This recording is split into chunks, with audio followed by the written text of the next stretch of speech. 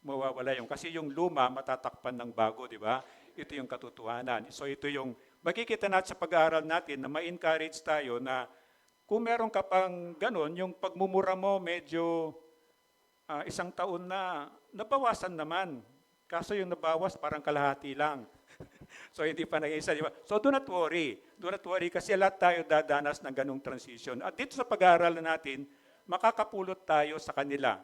Na sila din, pinili sila ng Diyos, malapit sila sa Diyos, mahal nilang Diyos, pero dumadanas din sila ng ganong klaseng transition. So ito yung pagbabago ng kalagayan. So tingnan natin sa Luke chapter 18, verse 18 hanggang 28. Pwede po ba tayong tumayo bilang respeto sa pagbasa ng salita ng Diyos at sabay-sabay nating basahin? Pagkatapos nito, matagal pang nanatili si Pablo sa Corinto at saka nagpaalam sa mga kapatid. Pagdating sa Cenchrea, nagpagupit siya ng buhok sapagkat natupad niya ang kanyang panata. Sumakay siya sa barkong papuntang Syria kasama ang mag-asawang Priscilla at Aquila. Pagdating sa Efeso, iniwan ni Pablo ang dalawa at siya pumasok sa sinagoga ng mga Hudyo at nakipagpaliwanagan sa mga naroon. Hiniling nilang tumigil sa roon ng mahaba-habang panahon, ngunit siya ay tumanggi. Sa halip, sinabi niya nang siya ay magpaalam sa kanila, babalik ako rito kung luluubin ng Diyos. Umalis siya sa Efeso sakay ng isang barko. Pagdating sa Caesarea, pumunta siya sa Jerusalem at bumati sa iglesia. Pagkatapos siya ay nagtuloy sa Antioquia. Tumigil siya roon ng kaunting panahon at pagkatapos ay muling naglakbay. Pinuntahan niya ang mga bayan sa lupain ng Galacia at Phrygia at pinatatag sa pananampalataya ang mga alagad doon. Dumating sa Efeso ang isang Hudyong nangangalang Apolos. Siya ay taga-Alejandria. Mahusay, magtalumpati at maraming alam sa banal na kasulatan. Naturuan siya tungkol sa daan ng Panginoon at masigasig na nangaral at nagtuturo ng wasto tungkol kay Jesus. Ngunit hanggang sa bautismo ni Juan lamang ang kanyang nalalaman. Siya ay buong tapang na nagsasalita sa sinagoga ng mga Hudyo. Nang marinig ng mga mag-asawang Aquila at Priscilla ang pagpapaliwanag ni Apolos, siya ay isinama nila sa kanilang bahay at dooy pinaliwanagan ng mas mabuti tungkol sa daan ng Diyos. At nang ipasya niyang pumunta sa Akaya, pinalakas ng mga kapatid ang kanyang loob at sumulat sila sa mga mananampalataya sa Akaya na tanggapin si Apolos. Pagdating niya doon, malaki ang naitulong niya sa mga tao dahil sa kagandang loob ng Diyos ay sumampalataya. Sapagkat nadaig niya ang mga Hudyo sa kanilang pagtatalo sa harap ng madla. Sa pamamagitan ng mga kasulatan ay pinatunayan niyang si Jesus ang Kristo. Amen. Tayo po'y manalangin. Ama, salamat po sa salita mo na iniwan mo po sa amin. Panginoon, tulungan mo po kami sa kapangyarihan po ng banal na Espiritu mo. Siya nga po, ikaw nga po ang magturo sa aming lahat para malaman po namin yung katotohanan at ito po'y idikit mo sa puso't isipan po namin para magamit po namin sa araw-araw na buhay po namin. Ingatan mo po kami, pumagitna ka po sa amin. Ito po yung dalangin ko sa pangalan ni Kristo. Amen. Pwede po ang umupo. So sabi niya, pagbabago ng kalagayan, ito yung transition. Sa lahat ng bagay, meron klaseng transition. Kahit sa yung mga high school na, ngayon high school sila, may mga nadidisciple akong iilan, parati ko silang sinasabihan, ngayon pa lang, i-practice nyo na kasi masyadong malaki ang difference ng high school sa college. Sa high school, kindat-kindatan mo lang o chocolate o Jollibee lang ipapasaka ng teacher mo. Hindi naman lahat, di ba? Pero sa college, hindi po mag-work ng gano'n. Talagang magsusunog ka ng kilay. So, ibig sabihin gano'n talaga, magpapagod ka talaga. Pag bagsak ka talaga. Hindi mo pwedeng i-bribe. Although siguro meron na bi-bribe, pero bihira Kasi yung teacher, meron silang pananagutan, meron silang sinumpaan na pag licensed teacher ka, meron kang sinumpaan. So when you are professional, meron kang sinumpaan sa gobyerno, meron kang sinumpaan sa Diyos kung Kristiyano ka. At ito, hindi mo basta-basta babaliin. So ito yung kagandahan nito. So dito pagbabago ng kalagayan, meron tayong dinadanas na parating ganon. Kaya dito meron kaming, merong darating na premarital counseling. So kahit na kasal na kayo, pwede kayong mag-attend. Kasi importante yung pag-asawa. Of course, nandun si God, pero may mga principle ng Diyos na dapat malaman ng mag-asawa. Kasi imaginein mo, dalawang taong magkaiba, pinagsama mo. Di ba? Without the grace of God, chaos talaga yan. Na, di ba, hindi nila alam. So sa premarital counseling, na which is hindi kasi nagagawa, kasi karamihan, ano na lang, pag kumpleto ka na requirement, kakasal ka na lang. Pero doon sa mga hindi pa ikinasal, do not escape this one. Baka yung bago kayo magkasal, merong premarital counseling. Ang simbahan natin nag-o-offer yon. Ngayon, ino-offer natin kahit na doon sa kasal na para ma-enhance yung relationship nyo. Alam mo dapat yung role mo as a husband, alam mo yung role niya as a wife.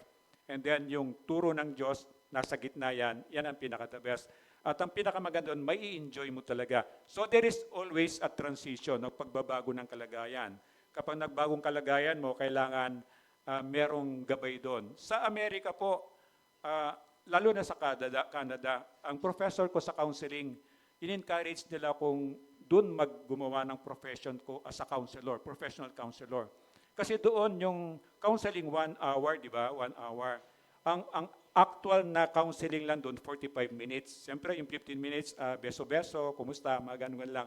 Imaginein mo yung 1 hour na yun, you can earn $200 Canadian dollars. So sabi ng professor ko, Ed, hindi pa ako pastor noon. Ed, sabi niya, nag-aaral pa ako ng masteral. Sabi niya, punta ka doon. Sabi niya, nandun. Although these are Christians, kasi sa kanila, alam mo, namatay lang yung pusa, magpapakounsel. Nakita niyo yung importance noon? Kasi hindi mo alam hindi mo ma-assess, hindi mo maintindihan yung nararamdaman mo. So kahit yung bata na napagalitan, pag hindi mo pinagabayan yan, matutrauma yan, hindi mo alam na yung pala, magmula noon kapag naririnig niya yung mataas ng boses mo, nanginginig na yan kasi na-trauma na siya. So sa kanila, even little things, kailangan nilang mag-seek ng professional help. At nang sa atin nangyayari, wala pa tayo sa prevention. Ang Pilipinas, nasa cure pa tayo. Di ba, hanggat kaya mo, hindi ka pupunta ng doktor, di ba? Pupunta ka ng doktor pag malala na. Ang ibang developed countries, sana ito yung pinagpipray natin, dumating tayo doon, nandun na sa prevention. Naiiwasan na niyang magkasakit. So ngayon pa lang, mag-iingat na siya. Kaya pag pupunta ka sa hospital nila, kala mo hotel, hindi sa amoy hospital. Alos walang pasyente. Pag dumating ka, VIP ka. Kasi imagine maghapon, walang pupuntang pasyente. Pupuntang pasyente, yung regular check-up lang o yung aksidente, biglaan ganon. So sana ito yung natin, kahit hindi pa tayo ganon sa bansa natin, you can do something sa buhay mo. Iwasan mo na yung malaking problema, maliit pa lang, ayusin mo na. Hindi yung nagalos ka, pinabayaan mo. Tapos, nag-knock-knock na, nagnana na yan. Di ba? Yung mga ganon. Tapos pupunta ka sa doktor, gusto niya putulin pa niya. Di ba? Yung ganon So sa simula pa lang, pwede mo namang hugasan yun. Pwede mo nang lagyan ng alcohol. Of course, masakit yun. Di ba? Pero gawa mo na ng paraan. So ito yung pagbabago ng kalagayan. Meron tayo everyday to transition. Kaya lang without God, may hirapan ka. May hirapan ka. Bigla karang, nakita niyo yung biglang nanalo ng loto. Di ba, hindi naman lahat naging successful doon. Biglang meron kang 50 million. Anong gagawin mo? Baka hindi ka na makatulog, di ba? Baka hindi ka na, pag tinitingnan mo yung pagkain, parang sa tingin mo kulang pa kasi may pambili ka pa. Di ba? Parang ganon. So, kailangan talaga natin ng maging conscious tayo sa transition o pagbabagong tinatawag. Sa kanila, pinag-usapan natin, ang problema nila from Judaism papunta kay Jesus, di ba? Kaya nagagalit sila sa mga hentil, tayo yung mga hentil. Ang mga Hudyo, sila yung mga Israelites, ito nga yan. So sa kanila, ang dami nilang batas, di ba? Bago ka makapunta ng langit, kailangan gawin mo ito, gawin mo ito, gawin mo ito, gawin mo ito. Pagdating sa atin, maniwala ka lang kay Jesus, save ka na. So sabi nila, unfair naman ata. Kaya galit sila sa atin. Na kayo, maniwala lang kayo, ligtas na, samantalang kami. We have to follow the 10 Commandments, tapos 613 Commandments, tapos dagdag mo pa yung Torah, kung ano-anong ginawa nilang mga tradition para lang makaligtas. So itong Judaism, ang turo ng Judaism, merong isang Diyos. Ito yung, ewan ko nandito siya. Ayun pala, merong isang Diyos. Ito yung na-misinterpret ng yung occultism na oneness. Oneness is not biblical, is an occult.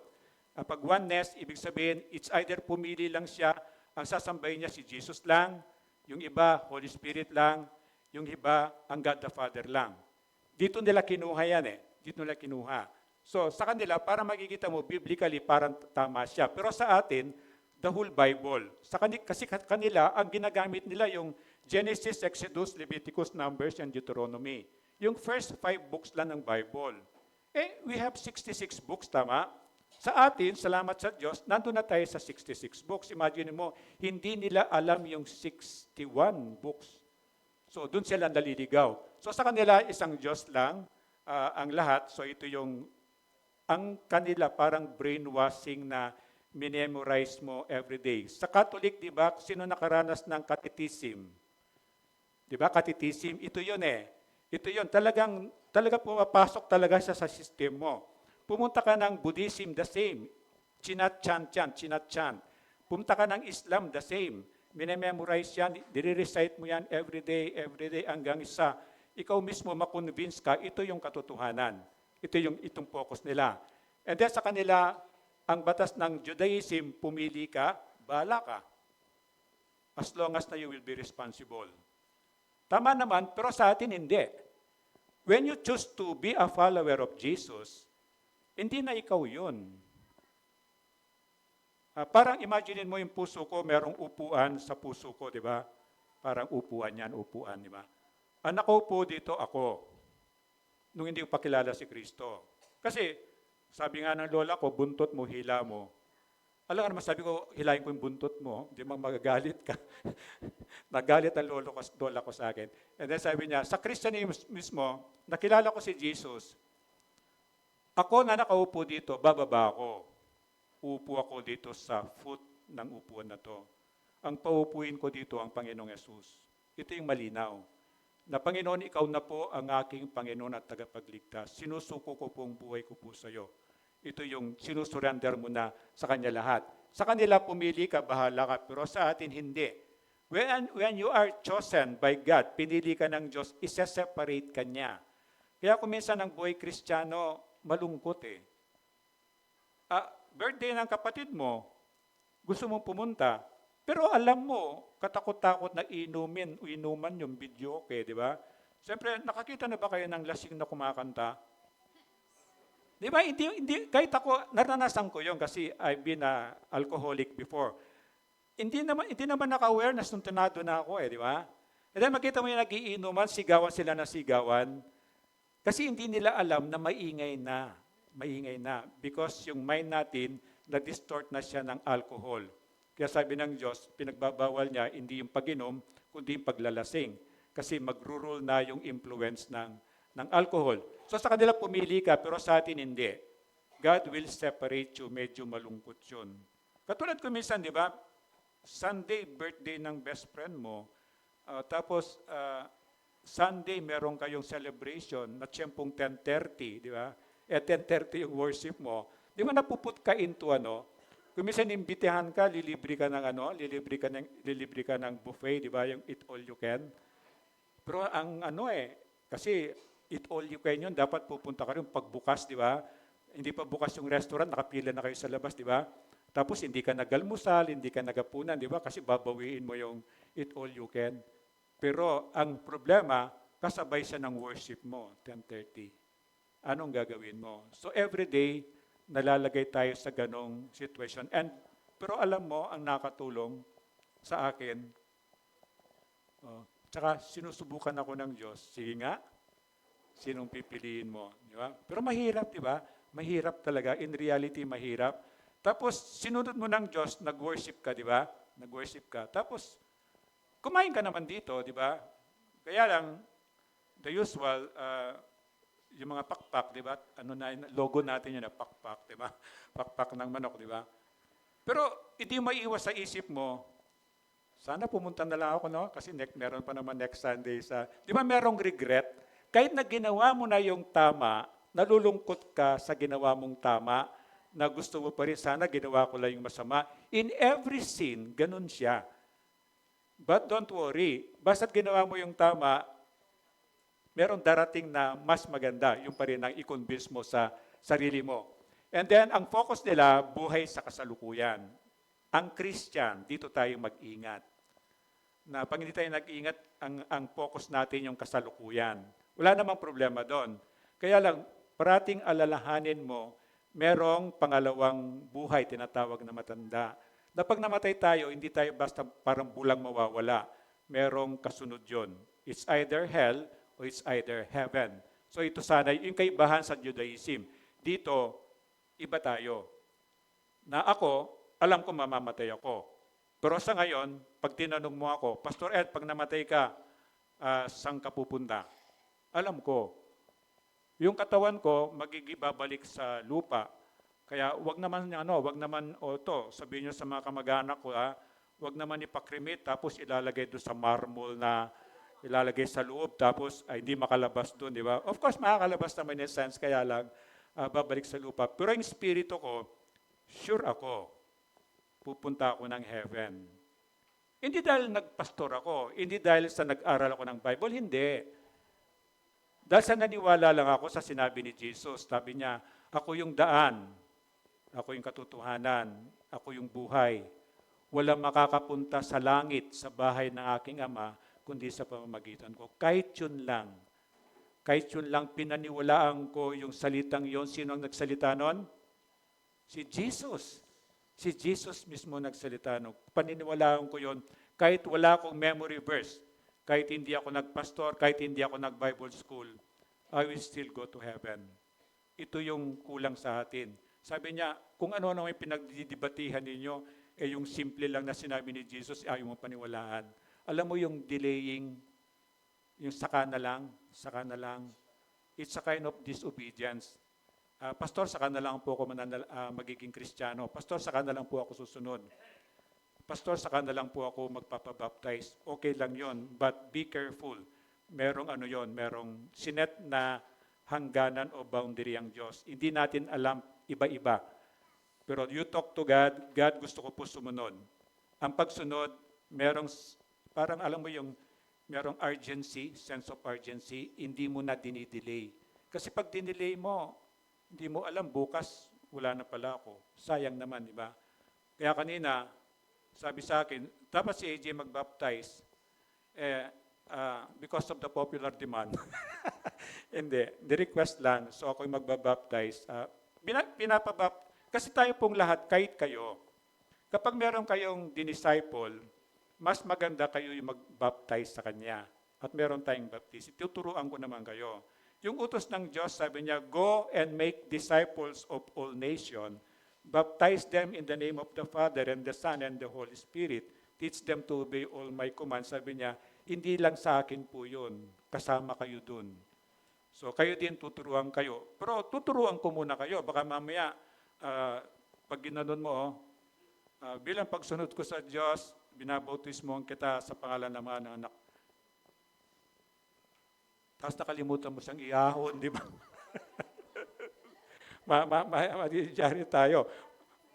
Tapos nagtataka ka pa, bakit magumagano'n yung tubig? Nagtaka pa, ano ba yung may isda ba? Hindi mo alam yung binaptize mo, hindi mo nakalimutan mong iahon. So ito yun na, alam natin yung katotohanan, pero don't worry, mag-struggle ka, may mga difficulty ka kasi merong transition. So be nice to yourself also. Huwag mong pakinggan yung mga kaibigan mo na, Kristiyano ka ba? Tagal-tagal mo lang Kristiyano, ganyan ka pa rin. Ano po yan? Huwag niyong intindihin yon. Ano na lang, ngitian mo na lang. Be nice to yourself. Merong panahon ang Diyos para sa iyo. So ito yung transition, sabi niya. 2 Corinthians 5:17, sabi niya, kaya't kung nakipag-isa na kay Kristo ang isang tao, isa na siyang bagong nilalang. Wala nang dati niyang pagkatao. Sa halip ito'y napalitan na ng bago. Ito kasi, karamihan ng Kristiyano, nililiteral to. O pwede naman siya talagang literal. Kaya lang nangyayari, pag hindi mo ginamit yung grace na tinuturo ng Diyos, magiging holier than thou ka, magiging judgmental ka. Akala ko ba Kristiyano ka, dapat bago ka na. Totoo po yun. Nung tinanggap ko si Kristo, humingi ako ng tawad sa Kanya, pinagsisiya ko yung kasalanan ko, bagong nilalang na ako spiritually. Pero nandito pa ako sa lumang katawan. So itong lumang katawan na ito, may mga urges pa siyang makasalanan nakasanayan niya. So ito yung sinasabi niya, totoo yung bagong nilalang ka na, magmula sa espiritu mo, pero yung katawan mo, hindi tayo mawawala dito sa lumang katawan. Nakukuha? Di ba kahit Kristiyano, kahit anong gawin mo, kasi simba-simba mo lang kanina, tapos paglabas mo lang, hindi ka pa nakalis ng eme, namulaklak na yung bibig mo, di ba? Yun yun Yun yung kasi nandito ka pa sa katawang lupa. So don't be too harsh. Pero ingin mo, God, gusto ko po talagang magbago, tulungan mo po ako at tutulungan ka ng Panginoon. But on your own, hindi talaga kaya. Hindi talaga kaya. Kailangan talaga natin ng tulong ng Panginoon. Kaya napalitan na ng bago, pero yung transformation, it takes time. Para siyang process. Hindi ko mo nilublob. Pangit na word, no? Nilublob. Kung mo binautismuhan ka, parang meron ka ng halo pag naglalakad ka, di ba? Hindi In reality, hindi. So, ikaw, ganun din. Kayo, ganun din. Maging graceful naman kayo sa iba. Huwag naman masyadong Kristiyano pa man din, pero ganyan-ganyan ang asal niya, yung ganon. Huwag naman ganon. Bigyan natin, nasa transition siya siguro. Anyway, in time, pag-pray ko, in time, babaguhin ng Diyos yan. Yung mga ganon. And then sabi niya, 2 taong pag-aaralan natin kung paano ang dinanas na transition ni Paul at si Apollos. Paano ang pagbabago ng kanilang kalagayan. Yung si Paul, nakita natin yung meron siyang nasa right bow na panata. Ito yung itatalaga sa Diyos. Ang nasa right, iba yung Nazarin iba yung Nazarin, iba yung Nazarite. Nazarin, parang kay Jesus, Nazareno, isinilang siya sa Nazaret, parang gano'n. Magkaiba yun yung nasa right bow, ito yung, merong ginawa ang Diyos sa'yo ng medyo kakaiba na malaking ginawa niya. And then dahil sa pasasalamat mo, para magkakaroon ka ng panata. And then ito kay Paul, yung panata niya, pwedeng 30 days, pwedeng 60 days, pwedeng 90 days. Yung panata niya. Ang panata niya, hindi siya magpapagupit ng buhok. Of course, sa atin, sa generation natin, sa Bible, hindi gusto ng Diyos yung mahabang buhok. Di ba?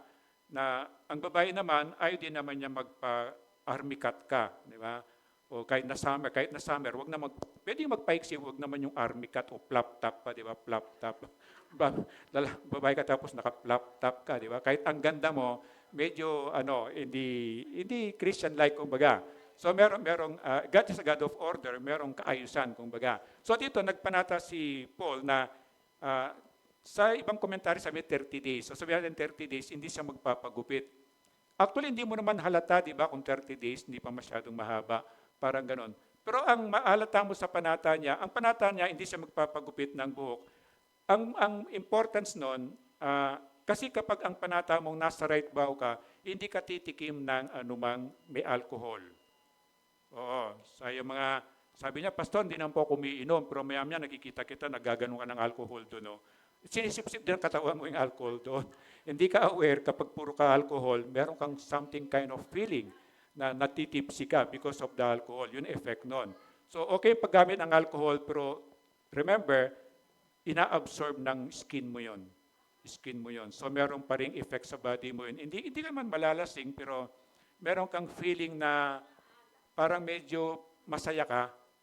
O baka mamaya na, puro kaya para maging pag malungkot ka, nag-alcohol. Hindi.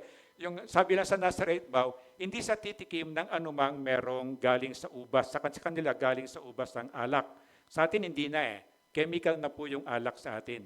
Kasi hindi na sila pwedeng magantay katulad ng tanduay. Dati merong gagawa siya ng tanduay, i-stack niyang 5 years, i-stack niya ng 7 years. Di ba? 7 years old na tanduay.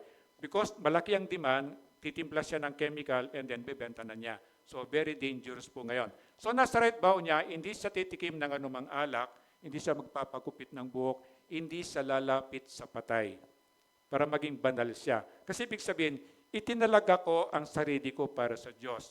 Tapos ako naman, alata ko sa iyo na merong kang panata sa Diyos, hindi kita yayaing uminom. And be careful. Sa atin, malaking kaparusahan yon. Di ba, pag dumaan ka sa kalye, kung minsan may nagiinuman, ipapasyat ka lang. Pero kung mahabang buhok niya, merong panata yan, huwag niyong alukan ng inom. So yung ganon, napakagandang panata niya. So ito yung, itinalaga niya ang sarili niya sa Diyos. Kahit sabi mong 30 days lang, bakit? Bakit ganon? Remember kung paano naging Kristiyano si Paul, di ba?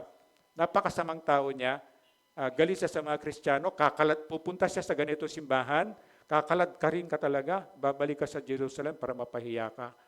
Pero binago siya ng Diyos. Yung sa road to Damascus, di ba? Natandaan niyo yon. Binago siya ng Diyos. Kaya ganon na lang ang pagmamahal niya sa Panginoon. Kaya yung ginawa ng Diyos sa kanya yon, nagkaroon siya ng panata na hindi siya magpapagupit. Ito yung sa pinag-aaralan natin ngayon. Merong lifetime na merong panata eh. Tatandaan niyo si Samson, di ba? Na ang nagpanata rito mga nanay nila eh. Mga nanay nila. Naman siya sa Samson, sabi ng nanay niya, hindi ko siya pagugupitan ng buhok. So hanggang kaya nung pinagupitan siya ng buhok, nawala yung power niya, di ba, nawala yung lakas niya. And then yun yung vow, it's a lifetime, buong buhay nila. Tatandaan siya Samuel, di ba? Tatandaan yung nanay niya, si Hannah. And then ang pari sa temple, si Eli, di ba? Si Father Eli. And then bumubulong-bulong, umiyak si Hannah, nananalangin. Napagkamalan siyang lasing, itong pari. Sabi niya, ikaw anak, tigilin mo na yung paglalasing-lasing mong yan. Sabi niya, hindi po ako masamang babae. Sabi niya, kaya po ako ganito, umiling ako sa Diyos na bigyan niya ako ng anak, remember? And then, nangako siya sa Diyos, panata, kung bibigyan mo akong anak, ibibigay ko po, ihahandog ko po siya sa iyo. Hindi ko po siya patitikman ng alak. Maganong pangako niya. At really, nung nagbuntis siya, sabi ni Father Eli, itong araw na to tandaan mo, next year, magkakaroon ka ng anak. So, siyempre, 9 months, di ba? 9 months. And then, nagkaroon nga siya ng anak. So, pagkatapos niyang iawat sa pagdede yung baby, dinala niya sa temple. Doon na siya lumaki. Once a year, pinupuntahan niya, di ba? Para dalhan siya ng mga damit. Kasi siyempre, lalaki yun. So, malaking damit. Imagine mo, once a year lang para dalhan siya ng damit. So, ito, lifetime din ang panata kay Samuel. And then si John the Baptist, di ba? The same. John the Baptist, pinsan siya ni Jesus, tama? And then 6 months older si John the Baptist. Kaya nung ipagbuntis si Jesus ni Mary, di ba? Pinuntahan niya si Elizabeth, ang nanay ni John the Baptist, di ba? And then, yun na nga, 6 months older to prepare the way. Ang ginagawa ni John the Baptist, yung sasabihin ni Jesus, sinasabi na niya. Para pag sinabi ni Jesus, hindi na foreign sa nila. Anong piniprepare niya? Prepare niya yung way ni Jesus. Saan ba papunta si Jesus? Dito, sa heart natin. So si John the Baptist, piniprepare niya yung heart natin. Para pag narinig mo si Jesus, papapasukin mo si Jesus sa puso mo. Ano sinasabi ni John the Baptist? Pagsisihan mo, talikuran mo ang kasalanan mo, at ikaw ay magpabautismo, di ba? So ito yung simula niya. So ito yung preparing the way ni Jesus. At siya din, meron siyang panata na hindi siya titikim ng alak at hindi siya magpapagwit ng buhok. Para hindi siya mahirapan, siya tumira sa disyerto. Na wala siyang kapitbahay, walang temptation, talaga in-isolate niya yung sarili niya. Inantay niya yung panahon na parating na si Jesus, simulan mo na yung mission mo. Preparing the way for Jesus, di ba? So during all his life, nandun siya sa disyerto. Ang suot niya mga balat ng animals, di ba? And then kinakain niya yung locust, yung parang grasshopper, yung kinakain, saka honey. Of course, may mga honey yon. So itong mga taong ito, marami pa, at least itong mga taong ito kilala natin, inilaan nila ang sarili nila sa Panginoon. Sa generation natin, nagagawa natin to. Pero hindi mo kailangan pumunta ng disyerto. Hindi mo kailangan, na ibig sabihin, pwede mong ilaan ang sarili mo sa Panginoon. Paano mo gagawin? Piliin mo yung tama. Alalahanin mo yung salita ng Diyos. Sabi niya sa umaga, sa gabi, itali mo sa kamay mo, i-ano mo sa mga poste ng bahay mo. Pwede mo pa rin gawin. Itatalaga mo ang buhay mo. Pipilitin mo na itong araw na to, 16 hours lang eh. Di ba? 16 hours lang. Mahirap ba yung 16 hours na paglabanan? Di ba? 16 hours lang. Bakit 16 hours? Yung 8, di ba? 8 hours ang tulog mo. May natitira kang 16 hours. Itong 16 hours lang ito lang yung ipopokus mo. Na itong 16 hours na to, pagkagising ko, hindi ko gagamitin ito na ginagamit ko sa pagpuri sa Diyos, gagamitin ko sa pagmumura, pagsisinungaling. Hindi ko gagamitin yung kamay ko. 16 hours, hindi siya ganun. Para pag sinisip mo, itong 2026, hindi ko gagawin to. Hindi pa natapos yung January, discourage ka na, di ba? Kasi wala na. Ang technique doon, 16 hours lang. Natulog ka ng 8 hours, 16 hours, ito yung babantayan mo, isip mo, ito yon. And then magiging banal ka. Ito yung pwede nating italaga ang buhay natin sa Kanya. At the end of the day, mararanasan mo yung bago ka matulog, ang sarap. Kasi alam mo, hindi ka naging perfect, pero alam mo, maayos ka sa araw na yon. And then next day, saka mo na alalahanin, do not worry for tomorrow. Hindi mo nga alam kung buhay ka pa tomorrow eh. Ang sabi ni God, ito. Tulog ka ng 8 hours, pagising mo, kung mag-aaral ka, aral ka na mabuti. Kung nagtatrabaho ka, trabaho kang mabuti. Sino nakakita nung pinost ko about cellphone, about tablet? Nakita nyo? Totoo yun. Nakikita natin ngayon marami ng mga na-damaged na bata. Ang cellphone, 13 years old and above, kahit tayong malalaki, kung aaminin mo, yung pag-ganon-ganon mo, di ba? Kaya minsan tinitingnan ko kamay nyo pag nandito kayo, gumaganon-ganon pa rin kayo. Kasi nakasanayan na, madadamage po. Hindi ibig sabihin adult ka na, hindi ka madadamage. Ilang oras? Yung sino yung tinuruan ko kagabi, sa gabi. Ilang oras dapat ang cellphone? 2 hours. Ilang oras dapat ang cellphone? 2 hours a day. Kaya mo yon? Hirap, di ba? Ngayon, pag sinunod mo yon, 2 hours a day, ang kagandahan nun, kasi 2 hours lang, pipiliin mo na lang. Nakuha mo? Ang ganda niya, pipiliin mo na lang kasi 2 hours lang eh. But it's really very difficult. Kagabi tinuro ko sa mga young people natin, yun, 2 hours lang every day. Believe me, pag nasira po, hindi na mababalik yun. The damage can be permanent. Ang dinadamage niya ito itong brain po yung dinadamage niya. And then pagpapala at pagpapalaya, ito yung naranasan ni Paul kung bakit gusto niyang italaga ang buhay niya sa Panginoon. Naranasan niya yung pagpapala ng Diyos sa kanya, sa kabila ng kasamaan niya, di ba? And then naranasan yung pagpapalaya niya. Nawala siya sa masamang version ni Paul. Di ba? Nawala siya, naging mabuting tao siya. Kaya kahit patayin mo siya, hindi mo na mapipigilan Gagawin niya, dapat niyang gawin. Ang una, sabi niya, pagbabago ng kalagayan ni Pablo. Ito yung transition ni Pablo. Sabi niya 18, pagkatapos nito, matagal nang nanatili si Pablo sa Corinto at saka nagpaalam sa mga kapatid. Pagdating sa Cenchrea, nagpagupit siya ng buhok sapagkat natupad na niya ang kanyang panata. Sumakay siya sa barkong papuntang Syria kasama ang mag-asawang Priscilla at Aquila na sila naging karis, di ba? So ito yung transition niya. Kahit na Kristiyano na siya, meron pa siyang ugaling udyo na nagpagaba siya ng buhok tapos pinutol niya, dadalhin niya itong buhok na to sa Jerusalem at sa araw ng pista, isasama niya doon sa handog na susunugin yung buhok na yon. That's the ritual nila. So hindi pa siya nakawala doon, nasa transition pa siya. 19, pagdating sa Efeso, iniwan ni Pablo ang dalawa at sila'y pumasok sinagoga ng mga Hudyo at nakipagpaliwanagan sa mga naroon. So yung dalawang mag-asawa, iniwan niya doon.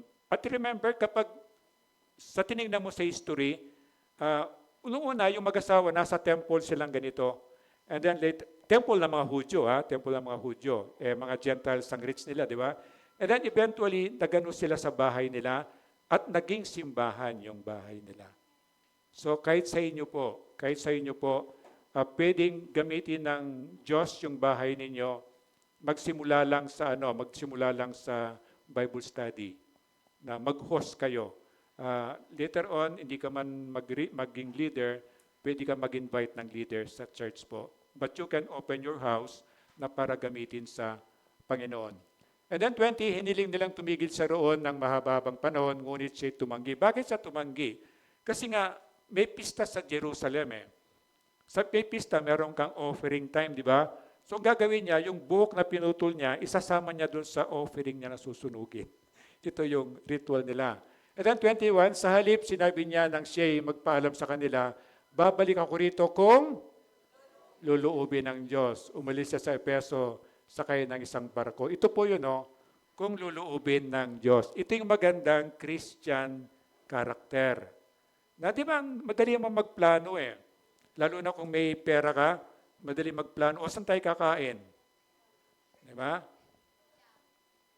Pag sa bahay, di ba, anong ulam natin? Di ba? Tapos, ang tagal-tagal sa rep, di ba? Ang tagal-tagal mo naman dyan para kung ulamin lang yan. Di ka. Sabi niya, ma, wala naman po laman yung rep eh. Kaya wala akong makita. Pero kung meron ka, ibig sabihin kung meron ka, ang dali mag-decide, di ba? Hindi mo mapapractice to.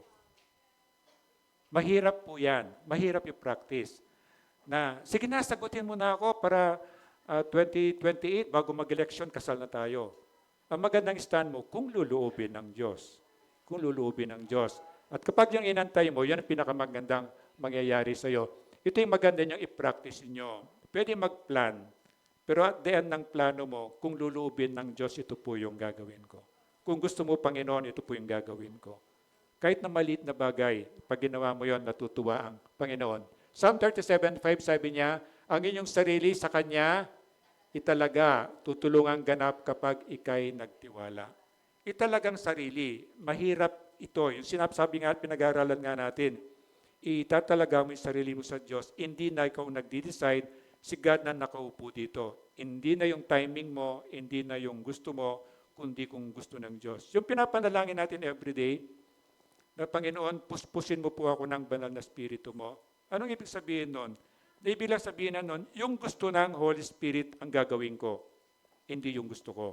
Ito yung ibig sabihin nun. And then Proverbs 3:6 sabi niya, sa lahat ng iyong gagawin, siya nga'y alalahanin upang ikay patnubayan sa iyong mga tahakin. So ito yan. Ang hirap nito, di tama? And then makita mo, pag pumalpak ka, saan ka babalik sa Diyos, di ba?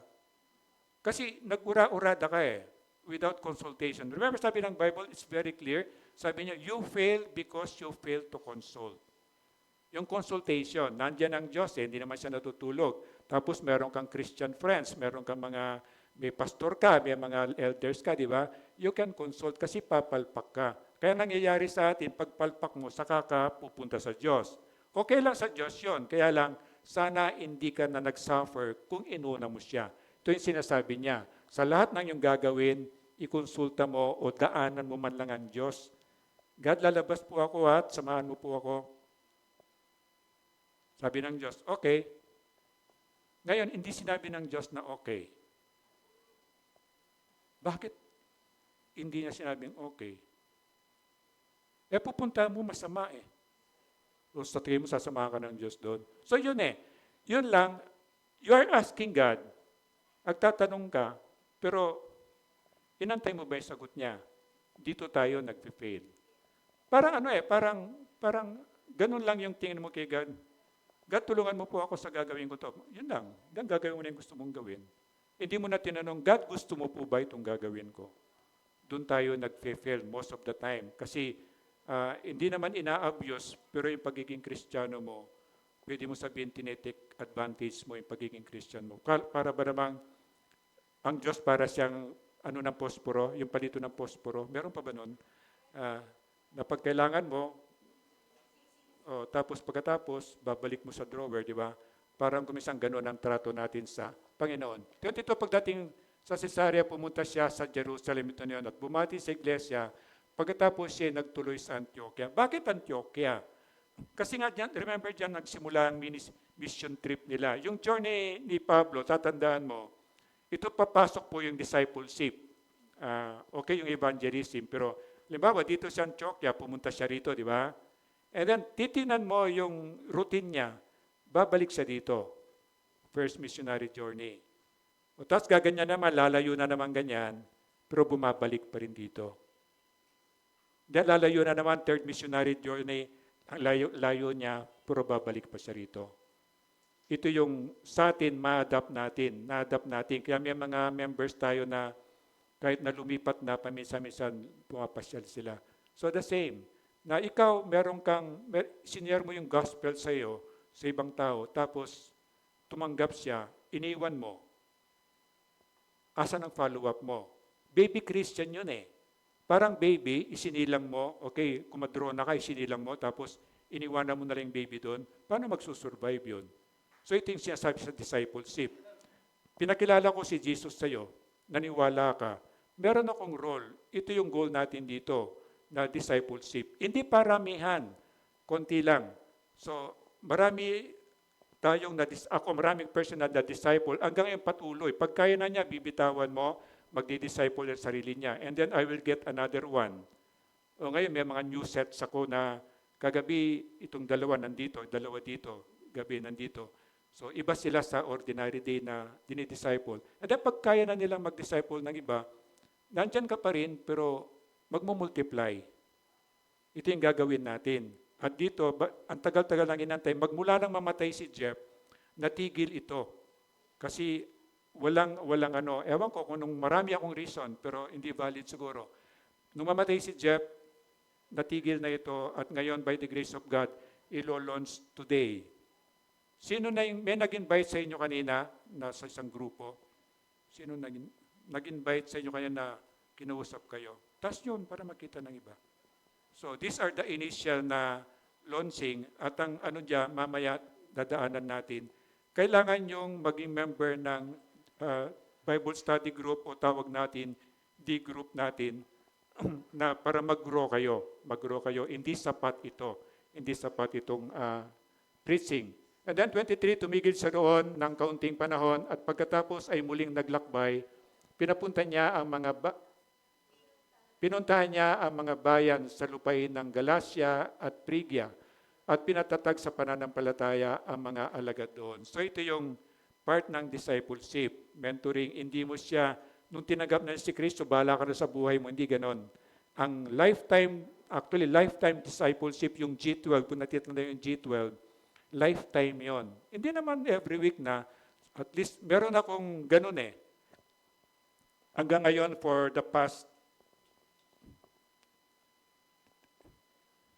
86 tsaka 26, 40, for the past 40 years. Ganun pa rin siya. Pero alam mo, ang frequency ng pag-meet namin, once a year. Kasi it's a lifetime. Lifetime. Na ikaw ang ginamit ng Diyos, aalaga mo pa rin yan, and then there's accountability, yung ganun, and there's encouragement. So yan yung malaking parte. And then, pangalawa, hindi lang kay Pablo, makita natin yung transition ni pagbabago ng kalagayan ni Apollos. Sa kanila, yung shema nila, ito yun eh. The Lord our God is one, Lord. Yung one na yan. Hear, O Lord Israel, the Lord our God is one, Lord. So, yun ang ginano nila, yung oneness is biblical, pero hindi po yan ang context niya.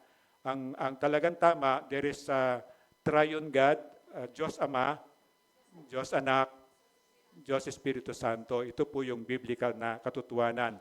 So meron na nagkawatak-watak. Meron focus lang sila sa Diyos Ama, focus lang sila kay Jesus, focus lang sila sa Holy Spirit. Pero ang biblical talaga is a triune God, isang Diyos pero tatlong persona siya.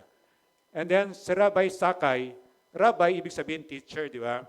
Meron isang popular na teacher, magaling na teacher, tinuturo niya yung Bible. Of course, pag nagturo ka ng Bible, nandun yung heaven, nandun yung hell, nandun yung paradise, di ba? Mga ganon. And then, of course, lahat tayo, tatanda, and then nung mamamatay na siya, nasa deathbed niya, napapalibot sa kanya yung mga estudyante niya. Pero, awang-awa sila kasi, buong time, inantay na lang mamatay. Sa atin, usually, pag nag-antay ng mamatay sa hospital, di ba? Pero merong doktor na gustong-gusto ko mga doktor na kapag wala na magawa yung hospital, ipapauwi na. Nangyari sa father ko, sabi niya, ayoko, mayaman ako dati. Hindi, sabi ko, Gagawin ko lahat ng paraan para mabuhay tatay ko. Yung kayabangan, ganun, di pa ako Kristiyano. And then, merong isang doktora na I really appreciate yun. Kasi ayoko Ayoko iuwi tatay ko. Sabi, bayaran ko kayo, ganun. And then sabi niya, sinama niya ako sa office niya. Di ba may mga office yung mga doktora, gano'n. Alimbawa, ganito. Siyempre, bata-bata pa ako nun. Sabi niya, alimbawa, palit tayo, ikaw yung doktor. Tapos, tatay ko yan, si Pedro, sabi niya. Tapos, alam mo na wala nang, talaga, yung cancer, umabot na sa ulo. Sabi niya, wala nang magagawa talaga. Ano kaya ang ipapayo mo sa akin? Doon niya ako na-convince. Sabi niya, if I were you, uwi mo na lang siya, nandun mga kapatid mo, alagaan na lang ninyo siya. Yung palliative care at ang tawag doon, nagawin na lang yung comfortable. Kasi kapag mayroong pain, sinasaksakan ng morphine. Para pag high siya sa drugs, hindi niya mararamdaman yung pain. Kaya lang, pataas ng pataas yung dosage ng morphine, kahit mataas na yung pain nandun na. Ang hiniling ko lang kay God, kunin mo siya, wag sa harap ko. Pangalawa, kunin mo po siya wala sa pain. Ang ginagawa ko, merong Bible na gano'n, tinuturuan ko siya. Kapag naramdaman mo yung pain, anong gagawin mo? Jesus lang. Kasi makikita mo gaganon na yung noon niya, magkukulubot na gano'n. Alam mo merong pain. Hindi niya sinasabi. Kasi mahal niya kami, di ba? Ayaw niya magdusa kami. Pero alam ko, he's in pain. Dahil sabihin Jesus, tapos makita mo mawawala yung kunot na yon. Hindi pa ako Kristiyano, doon ako naniwala sa Diyos. Natutuo pala. Kaya niya. Wala na yung pain hanggang sa mamatay siya, not in pain. Pero I'm already prepared by the doctor na darating oras po, sabi niya, magdamag, maghapon. Kasi painful lang cancer hindi natatalab po yung pain reliever. And then sabi niya dito, iyak siya ng iyak at takot siya, si Rabbi Sakay. And then tinanong siya ng mga estudyante niya, bakit po takot kayo? Bakit po parang iyak na kayong iyak? Tinuro niya yung hell, tinuro niya yung Diyos, tinuro niya yung heaven. Pero alam ni Sakay, hindi niya nasunod lahat yung utos. Alam niya, meron siyang palpak kahit sa 10 Commandments. So ang takot niya, paano ako makakapunta ng langit? Hindi pa niya alam yung alam natin. Hindi pa niya alam yung grace. Yung grace na binibigay ng Diyos na kaligtasan na wala tayong gagawin kundi maniwala lang tayo. Hindi niya alam. Tayo, alam na natin. So nasa iyo na. Binayaran ni Jesus ang kasalanan mo. Hanggang ngayon ba hindi ka pa rin maniwala? At sa Kanya, hindi niya alam. Sa atin, alam natin. Si Peter, ano yung transition ni Peter? Natandaan niyo? Si Peter, na nag-aantay siya, nagpiprepare ng pagkain sa baba, nandun siya sa rooftop, nananalangin, tapos nagkaroon siya ng parang vision. Hindi vision, parang pangitain, parang ganun. Tapos bumaba yung kumot na mayroong tali sa 4 na corner, di ba? Nandun lahat ng mga animals. Di ba? Sa kanila merong clean, merong unclean. Naghanap nga ako, gusto ko dyan, baboy yung nandyan. Di ba? Unclean sa kanila yung baboy. So sabi ng Diyos sa kanya, O Peter, alam niya, gutom siya. O Peter, sabi niya, pumili ka na dyan, kumatay ka na at kumain. Ano sabi ni Peter? Panginoon, magmulang bata po ako, hindi ako kumakain ng anumang tinuring na marumi. Di ba? Ano sabi ng Diyos? Lahat ng bagay na ipinanalangin ay nilinis na ng Diyos, di ba? Parang gano'n. Pero yun, simbolo ng magmula ngayon, sabi niya, ang mga Gentiles, mga Gentiles, hindi tayo Hudyo. Kung maniniwala tayo, maliligtas din tayo. Hindi lang yung mga Hudyo. Ang Hudyo, they are the chosen people, di ba? pero tayo pwede na maligtas. This is the transition ni Peter, di ba? Kristiyano na siya, follower na siya ni Jesus, pero meron pa siyang parang pamahiin na hindi po ako pwedeng kumain ng baboy kasi Hudyo po ako eh. Pero ngayon, pwede na. And then tinatanong ako, pastor, pwede na akong kumain ng dugo. Oh. Pwede naman kako, pero lutuin mo. Tapos pwede naman, pero kung meron kang katabi, kaibigan mo pa, dati siyang iglesia, hindi siya kumakain ng dugo, anong turo ng Diyos? Huwag kang kakain sa harap niya para hindi naman siya may stumble, di ba? So parang respeto. For the sake of fellowship, huwag ka munang kumain o ibalot mo, tapos punta kayo sa isang sulok, magtago ka, di kainin mo doon, di ba? At least hindi mo na-offend yung isang tao, di ba? So 24 sabi, dumating sa Efeso ang isang Hudyong nangangalang Apolos. Siya taga Alejandria, mahusay magtalumpati at maraming alam sa banal na kasulatan.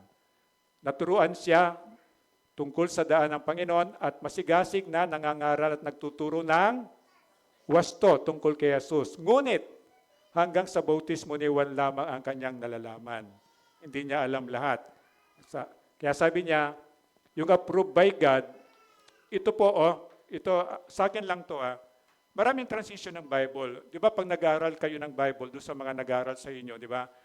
I suggest na ilatag nyo lahat ng different version para malawak. Pero this one, wag nyong ituturing na Bible. Bakit nandyan sa mga hanay na yan eh? Bakit hindi sinuturing na Bible? Gawa lang ng tao yan, ibig sabihin, alimbawa, yung God is love. Example lang God is love, kapag ginamit itong version na to, ang dami niyang dinagdag dito. Ang dami niyang dinagdag dito sa dulo. So, pwede siyang gamitin commentary, but do not treat it as a Bible. Kasi medyo maliligaw ka. Maraming word na ginagamit dito na hindi sila kasama doon sa inspired by God. Di ba? Ang Diyos ang nagpasulat ng mga bawat salita niya yan eh. Tapos tin-translate lang to different language. Kaya ito, sa tingin na ako paniwala ko, I'm really suggesting do not use it as a commentary para mas maintindihan mo siya, but do not treat it as a Bible para safe tayo. And then siya ay buong tapang na nagsasalita sa sinagoga ng mga Hudyo at nang marinig ng mag-asawa, si Aquila at Priscilla ang pagpapaliwanag ni Apollos, siya'y sinama nila sa kanilang bahay at do'y pinaliwanagan ng mas mabuti tungkol sa daan ng Diyos. Di ba? So hindi naman yung ipapahiya mo yung tao. Kasi alam niya, ang ganda sa kay John the Baptist lang. Hindi na niya alam yung na pwede ka palang maligtas by grace, na hindi pala pwedeng maligtas na pagsunod sa 10 kautusan lamang. Hindi niya alam. At dito, tinuruan siya tungkol sa daan. Alam na nila. Bakit alam na nila? Si Jesus mismo magturo, di ba? Sino yung daan? Sabi ni Jesus, sino yung daan? Siya, sabi niya, ako yung daan, ako yung buhay. Ay, ako yung daan, ako yung katotohanan, ako yung buhay, di ba? So yung daan. So siya tinuruan nila ng tama at dito, bakit pumasok ito? Ito po yung nilaunch today. At huwag kayong mag-alala, ito Bereans, isang grupo lang to, pangalan ng grupo. So you can think of your name. Ang pinaka-ideal, wala tayong formal tawag dito, o training. Ako mismo later on na magti-train, ang ano lang, basta't masimulan lang siya. And then ang gagamitin natin, alimbawa, mamayang hapon ang gagamitin itong material na to. So as a D group leader, alimbawa, ito yung gagamitin natin, meron nga access sa material na yon. And then kung nakinig kayo, yun lang di-discuss. On D group is more on discipleship, more on relationship. Parang ginagamit lang natin yung lesson natin, part ng D group. Ang pinaka-ideal is 5 members, maximum sana yon. Hindi maganda yung malaki kasi kung minsan hindi na napapansin yung isa, hindi nakapagsalita. And then as a leader, ititrain ko kayo yung willing, anyone, I can train you na maging D-group leader. Hindi po siya mahirap, don't worry. Kristiyano ka, nandyan ang Panginoon, nandyan ang Holy Spirit sa puso mo. Ang ano lang doon, will you obey kay God na i-disciple mo itong mga taong willing. So you form a group, minimum ng 2 member at saka isang leader. We discourage yung one-on-one. Sa campus, ginagawa natin yun, pero we discourage yung one-on-one. So minimum may 2 member ka, isa ka, 3 kayo, pwede na. Pwede kayong mag-meet kayo once a week. Ngayon, nilaunch natin Sunday, pero you can do it sana mas maganda on regular day. Yung malalapit lang kayo, or you can, pwede nyo gamitin ang facility natin dito sa church. Pwede sa 3rd floor. Marami tayong pwedeng area na gamitan kung in this Sunday. Para, yung alam mo, malapit lang kayo, pwede kayong mag-gather kung ilan lang kayo. You just ask permission. Ito po yung gagawin natin starting, and then I will encourage you para mag-grow kayo. You become a member ng D group. Yung magkakapit-bahay, maganda mag-gather kayo. Kahit 3 lang kayo, pwede na. Isa sa inyo, then later on, tuturuan ko kayo. And then you can have your own group. Pag dumami na yan, mga 7 na kayo, maganda gawin yung 2 grupo yon para matutukan. Kasi pag marami, merong mahihain dyan, hindi na nakapagsalita. Diba? And then pag hindi na siya na-involve, later on, magsashy away yan, mawawala. So ito po yung ipanalangin natin na matagal nang pinapanalangin to, pero ngayon lang sana, at sana, kung gusto ng Diyos to, magtutuloy-tuloy po. And then John 14:6, sabi nga niya ni Jesus, ako yung daan, ako yung katutuan, ako yung buhay. Wala makakapunta sa langit sa Diyos sama kundi sa pamamagitan ko. And then 27, at nang ipasya niyang pumunta sa Akaya, pinalakas ng mga kapatid ang kanyang loob at sumulat sila sa mga mananampalataya sa Akaya na tanggapin si Apolos. Pagdating niya doon, malaking naitulong niya sa mga taong dahil sa kagandahang loob o yung grace ng Diyos ay sumampalataya. So dito, ito yung stand natin. Kaya sa D group, mas mapapamuhay niyo siya. And then one thing more, if you want to open your house, hindi pa gandaan ng bahay. Hindi mo kailangan maghanda ng pagkain. You just let me know na kami na yung pupunta doon para makasama yung pamilya mo, makasama yung kaibigan mo within that area. Yung mga ganon. So you just open a venue. Hindi kailangan maganda. Kung minsan basta't meron lang shaded, tapos pwede kayong comfortably umupo doon. Pwede na po yun. Ang doon, maipahayag yung salita ng Diyos. And then 28, pagkat nadaig niya ang mga Hudyo sa kanilang pagtatalo sa harap ng madla, sa pamamagitan ng mga kasulatan, ay pinatunayan niyang si Jesus ang Kristo. So again, ang Bible, hindi ka maliligaw. So sa atin hindi rin. Kapag nag-group, pag hindi alam, huwag nang pilitin. Magtatalo lang kayo doon. O tanungin natin sa pastor next time. O siguro imbitahin natin sa pastor, siya magpaliwanag. Kung ano yung kayang intindihin, ito yung intindihin, ang kasunod nun, gamitin, ipapamuhay. Dito mangyayari yung transformation, magamit natin yung salita ng Diyos. So pagbabago ng kalagayan ng Diyos, at ito sana yung meron tayong maging generous tayo sa sarili natin, generous sa kapwa natin. Pag dumadaan ng transition, huwag naman tayo maging judgmental. Pagkus, ipag-pray at tulungan natin sila. Tayo po tumayo at madalangin.